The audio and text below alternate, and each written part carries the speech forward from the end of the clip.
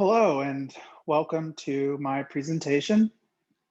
Today we're going to be taking a look at mapping open defecation events in San Francisco, part of a project and practicum here for this Master of Public Health program that we are all in. So about me, my name is Avery. I have a background in social work and health data management. Like most of us here, I'm an MPH student, and I'm also a data science fellow at the D Lab here at UC Berkeley. To go over some quick questions to kind of inform the stuff that I'm going to explain to us today, I'm going to do my best to answer a few of these here today. So open defecation. The World Health Organization describes open defecation as when human feces are disposed of in fields, forests, bushes, open bodies of water, beaches, and other spaces. So where people are together and there's, defecation happens and does not receive a sanitary intervention. More particularly, we're going to look at open defecation in urban areas in San Francisco, namely San Francisco, California. It is estimated in the past few years that up to about close to 500,000 people lacked basic water and sanitation services in the urban United States. And, often we grapple with what I like to refer to as 19th century problems in public health. So things like basic access to housing, basic access to healthcare, basic income, these basic essentials for health are not met in the 21st century. And so this is an example where, there's clear evidence of those essentials not being met. And, we're going to take a look at these events and evaluate these events. I want to pause and kind of explore what we're looking at here, and understand that these open defecation events, these human and animal waste events, are symptoms of deeply rooted social inequities and express situations that are stripped of human dignity and sanitary interventions most of us take for granted in our daily lives. So to kind of understand, we may be talking about this in a sort of dispassionate way, and I feel it's important to really pause to consider, this is a symptom of deeply rooted inequities and a lack of dignity, universal dignity around human experience. So how did I wind up studying open defecation? Before coming here to UC Berkeley, I have been doing some exploring 311 reports, which is information communication technology that you may or may not be familiar with. We're going to dig into that a little bit. But essentially, they are means for organizing data and supporting interaction between residents of a community or administrative zone and government service providers. And prior to coming to UC Berkeley, I had begun experimenting with 311 data around homeless reports of tent communities, and to support street medicine and street psychiatry in Alameda County.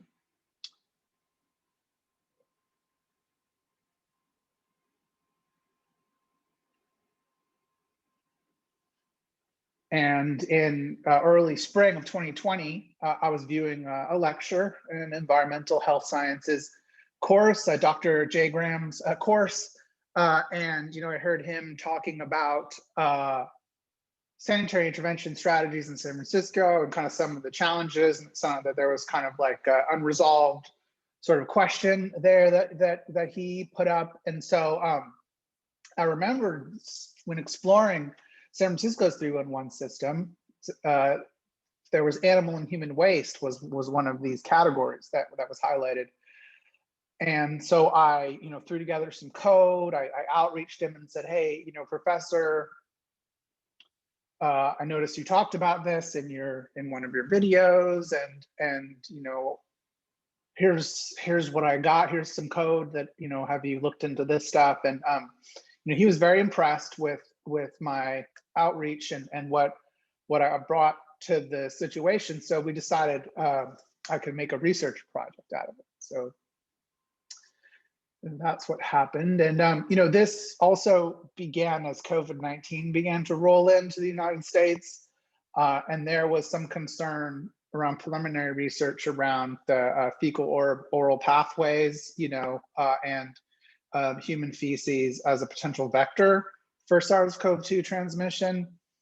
I've not heard of that biological mechanism leading to empirical cases so far. So that kind of came and went. However, I still believed that this, public health surveillance research project was worthwhile. And so I stuck with it, and we will see the results of it today. Another important question is kind of why am I showing you this? That epidemiology folks, environmental health science folks are interested around open defecation and large data sets and sort of looking at things in careful ways, but looking at data in certain ways. Not all of us might not be everyone's jam. So I hear that, and I respect your time, and also just want to highlight that this is an excellent case study example, right, of how to use ITC data, 311 data, sort of like data in the wild, like community generated data, crowdsourced data. It's a good case study example of how to use it for health analysis. And also, that the code and just my methods, the methods that I used here are generalizable to 311 in general. So with looking at these systems, that they aren't all identical within cities, and there's different levels of transparency. However, you can access the data in similar ways than I did. And also, most importantly, is that 311 data, I think this is almost a cautionary tale of data quality in large data sets. And what we'll see today is how 311 data can be very misleading. And so we'll outline a few methods and a few approaches, theoretical, practical approaches on how to look at crowdsourced data and not be overwhelmed or come to spurious sort of conclusions about what's presented and evidenced in this data. Okay, so that's kind of the background. I'm going to pause for a minute, and I can't really read the room because there is no room, so I can't tell.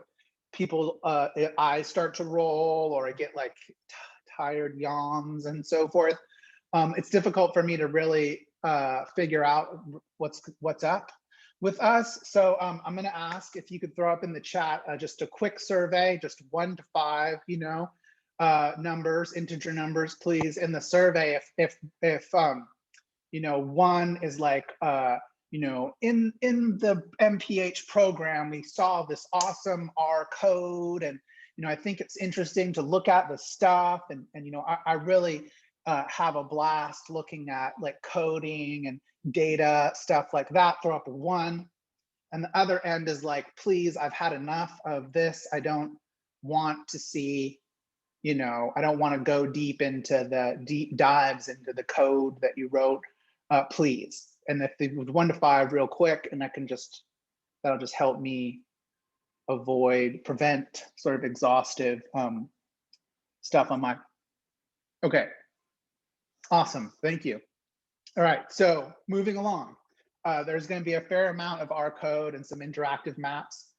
This was a methods focused project, so I spent a lot of time, a lot of energy kind of learning the methods, applying the methods, exploring, going back, tuning up the code and kind of, it was very methods oriented. Today, I'm going to focus more on maps and visualizations and kind of interpreting the results of the work I did. I don't cover all of the code that leads to these visualizations. So it's just going to be kind of slides with visuals and maps for the most part. However, this project was created with the principles of transparency and reproducible science. So I have all the code that I will throw up in a link to a GitHub repository that has basically everything that I did from start to finish for you to explore at leisure. I also have a website, a pub website that journals just all of the stuff I did and kind of talks about the stuff that I'm talking about here and goes over every line of code and talks about it. So I'll have those links for us at the end. And however, any questions or, for clarity or anything like that you want to throw up, just like hit me in the unmute yourself, and I'll try to keep an eye on the chat. But also if other people, I'm trying to be in a few places at once here. So, with that being said, we're gonna get into to what I did here. So yeah, you can access the ITC, the 311 stuff through just a normal website. So this right here is the San Francisco's open data portal. And it's a website that is, part of the San Francisco. And this is it's a city infrastructure kind of public works data, and it's 311 cases, okay? And you'll see it's pretty popular. It's updated every day. It's like getting close to 5 million rows, so 5 million observations, pretty large data set, fairly. There's lots of columns, there's just lots of stuff in there. And this is what the data set looks like visually. You can see here that these are the case numbers and the status of it, the dates. This is important, the status notes. And then a lot of these are kind of like text data, right? So these are like a character strings, and there's addresses. And I think what's especially generous about San Francisco's 311 is they include longitude and latitude coordinates with these reports. So those are data that we're going to put to use. But say that you wanted to download this, you can click on the CSV and it will take a few minutes. There's also an API endpoint, so that web address is, you can also bring the report data into your R Studio environment with just a function, a simple function. And so that's kind of how you get the data from San Francisco's the internet into your computer.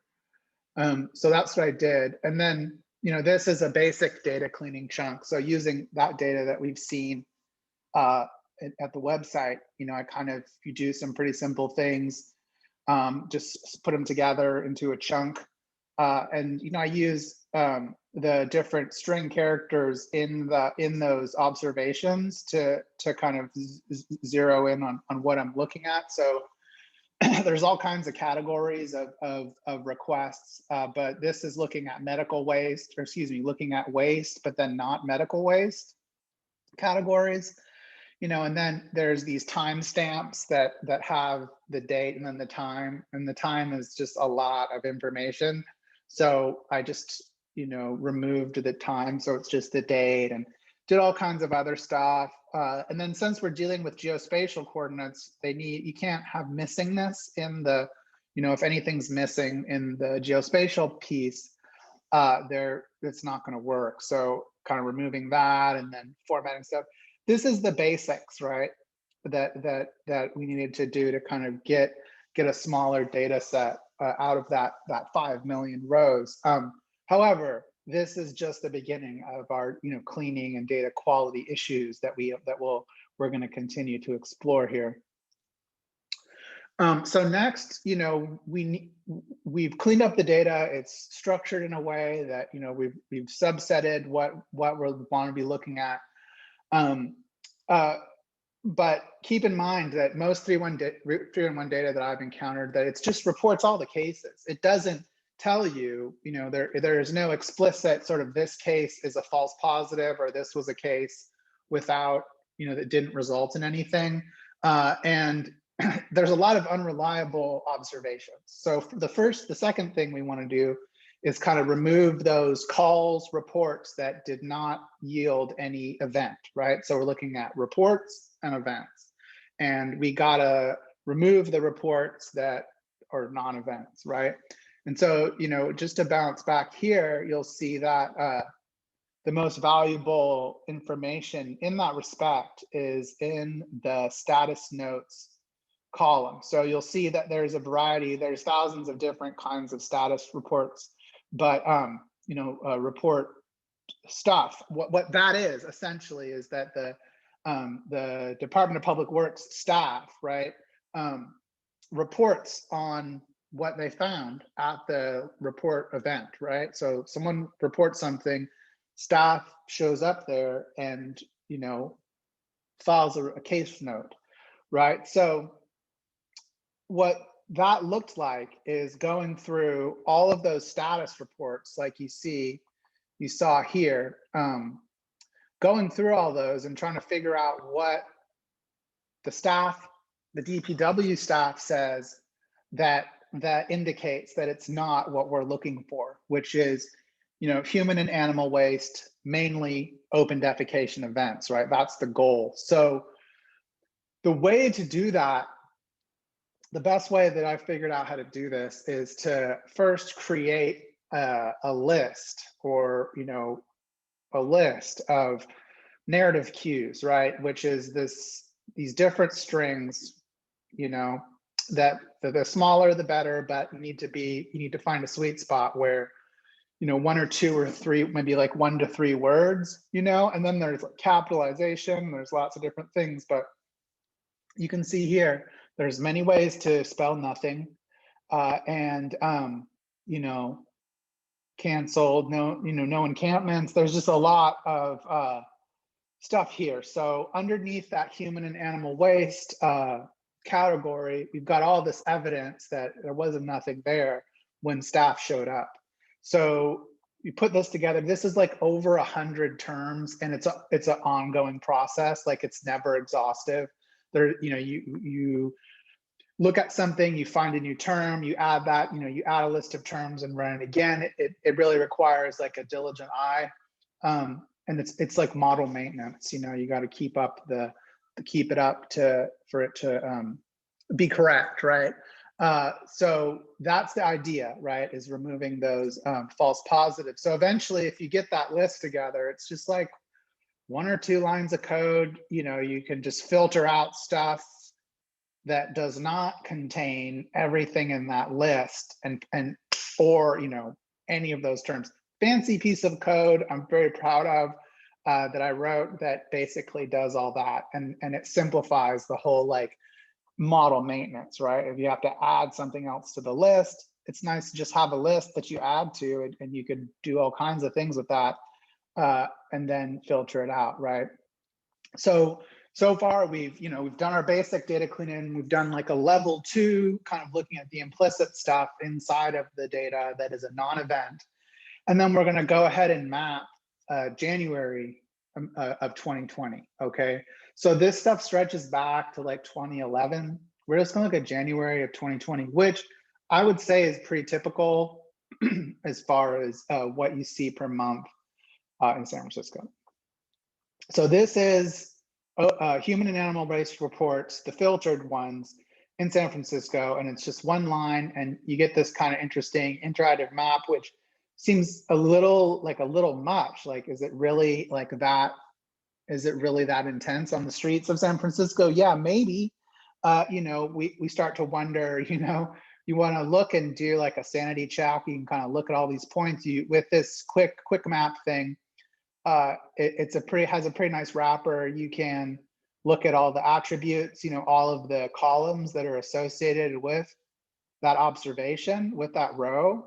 And in a lot of these, I would say probably about half of the ones that we studied, that they have a web link associated with them. So, actual photos, and that this, it's a little much to try to automate any kind of like machine vision, but sometimes if you're feeling adventure, you can observe and take a look at what those photos are. So, that kind of begs a question around, is this human or animal waste, and like, how do you determine that without just doing a chemical analysis? And so that, this kind of can be validating to see those photos, a little unsavory, but validating, and also, can kind of help make sense of what you see. However, I don't really think there is a way to do this, to automate this, right? So,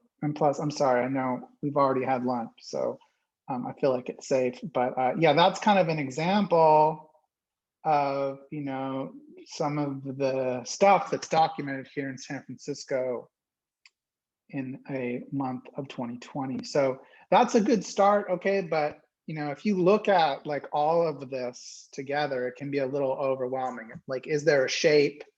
You can see some shapes, but there's also just a lot of data here, okay? And so how do we make sense of this, right? So there's two ways to cut through the noise that I've discovered while studying this stuff. One is a distinct function. And what that does is it flattens all the reports. So you have an X and Y, map, but then you may have duplicate reports on one event. So that's a situation where there's one event and then more than one report per event, right? So you have a certain place in space that there is an event or event is reported more than once, right? And so what distinct does is it flattens those all out to remove the duplicates and to kind of make an equal weighting structure to everything. And we'll see that it didn't do much here with this in this situation, but for events that have a longer biological or social duration, that can be useful because say if you're looking at like where someone lives, like tent communities or something like that, you'll get many reports to a single observation. And also when we start looking at other mapping visualizations, that it helps to just have it all just be 1 point only per space. So that's one way of looking at it. The other way is kind of turning that sideways and looking at a duplicated. So the duplicated function looks only at points that at the exact location that were duplicated. So only ones where there was more than one report. And so that it's a little constraining because it just cuts out a lot of noise and a lot of cuts through a lot, but allows you to look at longer time intervals and kind of gives a more of a shape and cuts through the randomness of just human behavior and human and animal behavior, is useful. Also, the duplicated, we can expand on that a little bit and do other statistical stuff with that. So let's look at both. The distinct calls on this January 2020 thing. We're just looking at the distinct address. So only unique address, only unique lat and longitude. And we removed about 15% of the points. So, from our original, just sort of all the filtered stuff, the distinct removes, 15%. Okay. So that's interesting. It's useful, but it's not dramatic, right? Again, so looking at the duplicated reports, you do that by just looking at, the latitude column and just the duplicateds there, and then looking at the longitudes and looking at just the duplicated coordinates. And for January, for 1 month, it removes like almost all of them. So 99.5, almost 100% of them. And you'll see that, we get 7 points, which I mean, that's can be a little underwhelming, you know, but as we'll see that this adds up over time. But you know, that this kind of reflects in January areas that, you know, impacted areas. So areas where the behavior is occurring. So it kind of helps to look at, have a sort of more geographical approach to impact and intervention, right? So I think this kind of helps. And then, you know, looking at this duplicated approach at 1 month, you know, 1 month of time, 3 months, and then 6 months, you can see how it stacks up, how the areas that have more than one observation become more dense, right? And you start looking at these sort of clustered areas that can kind of help determine where, which areas you would like to do an intervention on, right? Or which areas are impacted, right? And not just random, you know, one-off occurrences. So that's the distinct and duplicated approach. So I'm going to pause while we're starting to look at, you know, pushing things out in time and looking at these sort of longitudinal, larger time analyses. We got to pause. It helps to pause for a second and just recognize that 311 is not like, you look at observations in a data set. This is not that with 311. 311 is observations of observations, right? So it's this community generated data set that does not have a is not on solid ground as far as to the frequency of participants, one, and also the areas where participation is occurring, which is the bigger problem, is the distribution of participants is not even. How could it be? So it's social data, it's not science data. And so, you know, those differences in participation and frequency and differences on a regional level can very distort what you see. And unfortunately, what we don't see in 311 data. So, you know, to get to kind of articulate what I'm talking about, you know, this is a scatter plot of aggregate through all the 311 cases that we saw from 2019 and 2020. And there's two things that stand out to me in this scatter plot, like, and this holds true for everything after 2015. I think there was a huge spike in reports. And, you know, it's hard to determine if that was, I feel like, you know, having worked in San Francisco during that time, that maybe it was like this larger sort of impact of you know, the deterioration of housing and like a real health situation that was going on. However, it's hard to tell if it's that or if it's just more people participating in the system, right?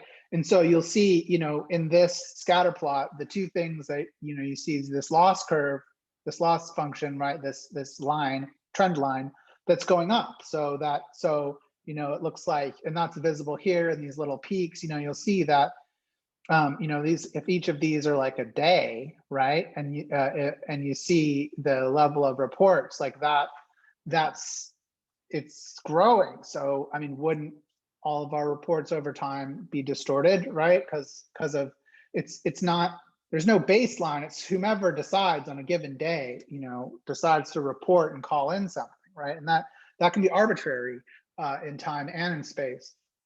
Secondly, you'll notice that there's like almost no reports down here.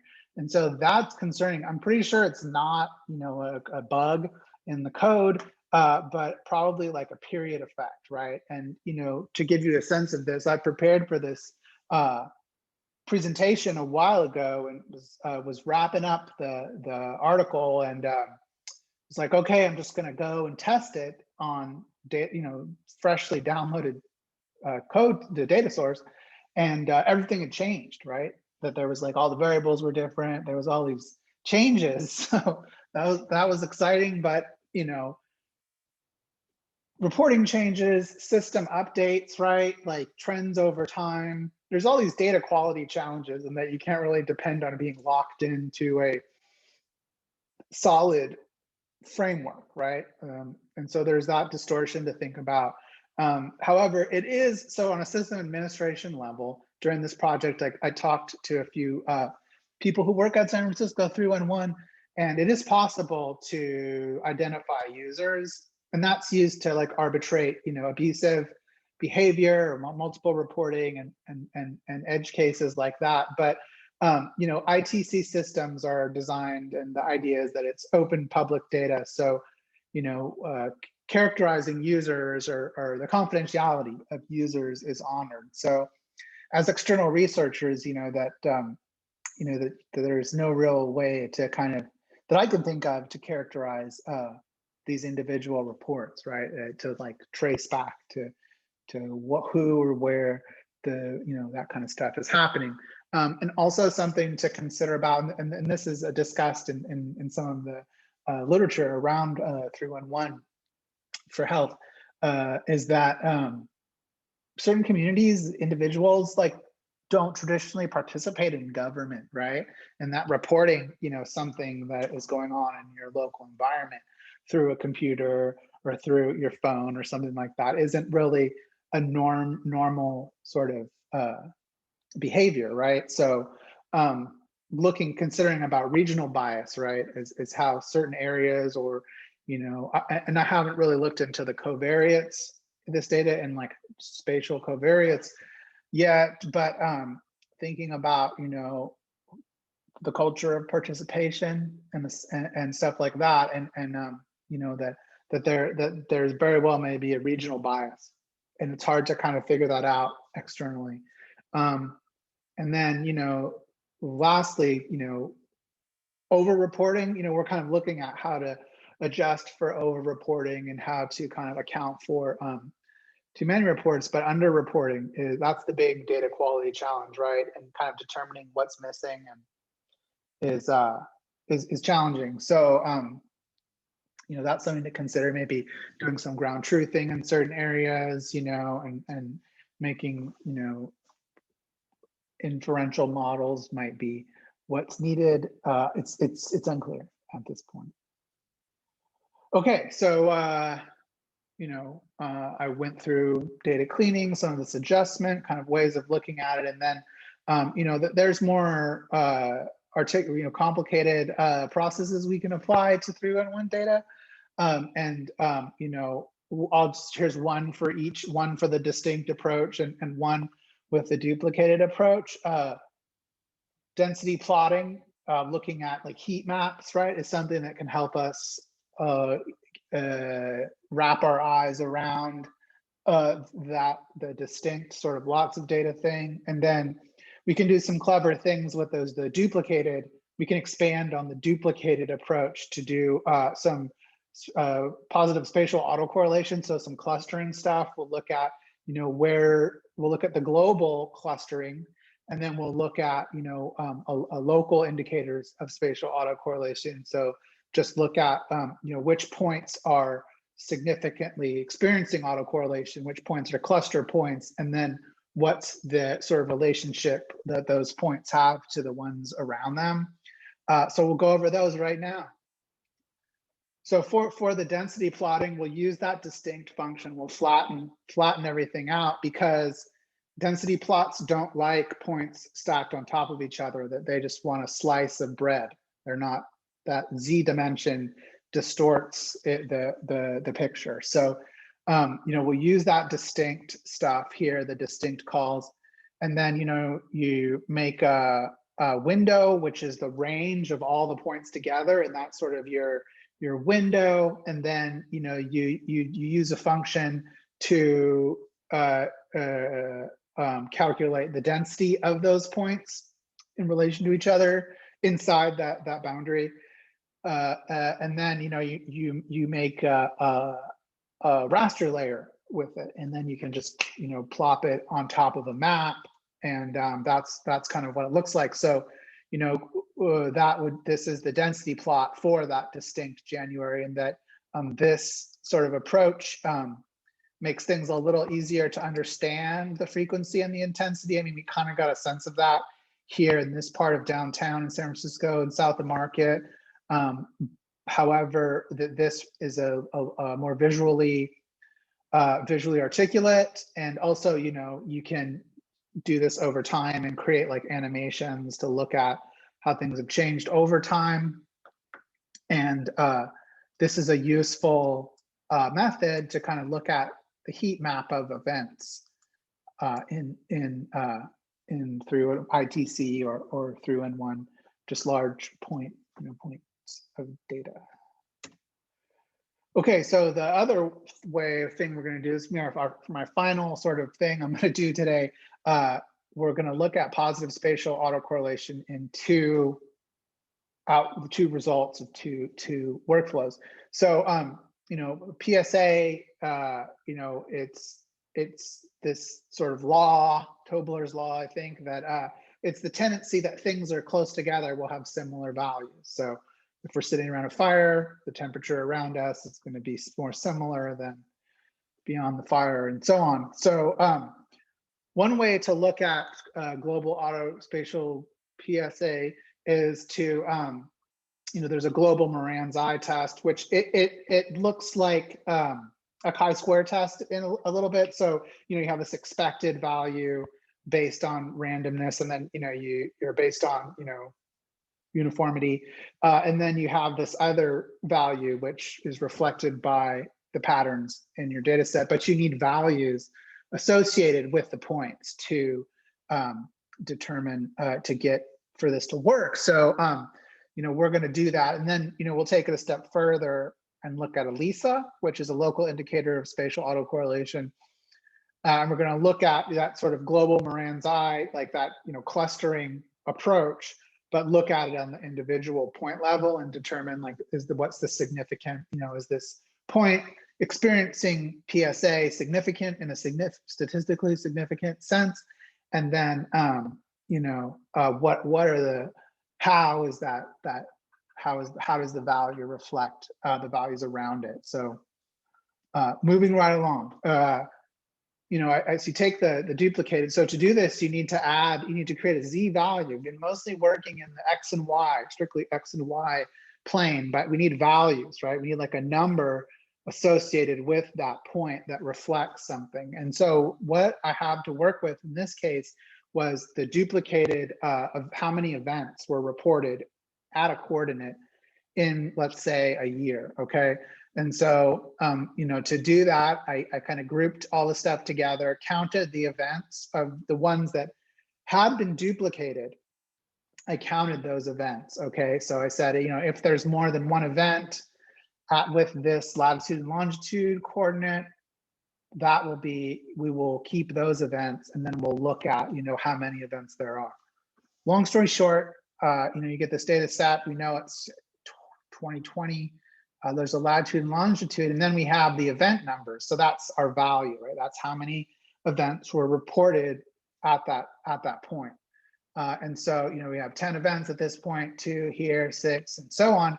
And then, you know, you can map it. And this is an abstract sort of visualization. So this is kind of like an exploratory data analysis. So we have our X and Y, and then we have the Z values that are expressed in the scale of events. So, you know, you can see that there's some places where their value is very high, you know, like over here, for example, by Mission Street, 16th and Mission, BART station here, you know, that there's a value, there's a lot of reports over here, you know, some pretty active spots. And then over here by downtown Civic Center. And then, you know, the Tenderloin, which is impacted by a lot of, the Tenderloin is rough. And you can see here that there's a lot of sort of middling points in that sort of, could be above 10, less than 20 area. So it's a little deceiving on a spatial level because you see these big circles, but I think if you look at that as sort of this third dimension, and maybe I could like tilt it someday, but you know, that can kind of help get a sense of the intensity of the events, right? And so, you know, now that we have those events, we can do a global Moran's eye on all the data together. And, you know, at the end of the day, we get this graph, this semi-variogram, which looks at the values and the distance between the values, and comes up with two bins of spatial clustering distance, right? So this is where clustering is occurring globally, can give us spatial degrees. So this right here, 0.0, 1, and 2 degrees at our latitude, I think is like somewhere between like a mile and 1.35 miles. So like, almost a mile and a half, I think, at the greatest. So that's sort of the range at which these points are clustered. And, this is sort of useful. It's also kind of a benchmark for us to be like, oh, there's spatial autocorrelation in our data set, go figure. I mean, that might seem a little obvious looking at the map, but this gives us, motivates doing deeper spatial autocorrelation clustering analysis. So, clustering does exist here, and this is these are the significant points, and this is the distance that it occurs at.